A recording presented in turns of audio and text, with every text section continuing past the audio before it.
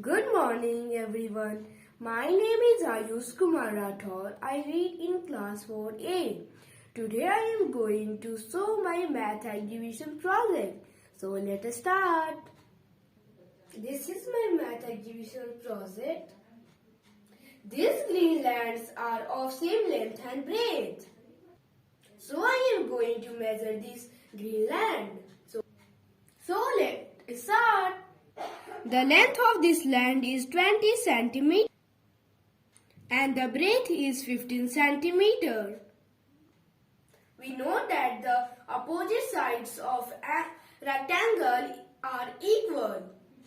So this is also 20 centimeters and this is also 15 centimeters.